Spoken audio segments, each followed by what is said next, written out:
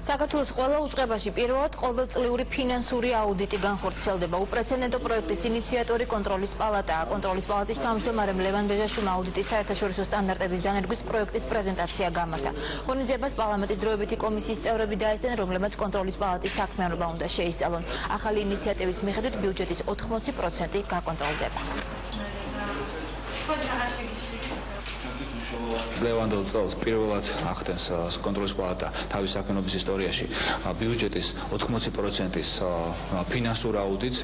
საკმაოდ საინტერესო პროცესი არის და ბევრი საინტერესო ინფორმაცია გროვდება უკვე კონტროლის პალატაში აღმასრულებელი ხელისუფლების ცალკეული დაწესებულებების საქმიანობაზე.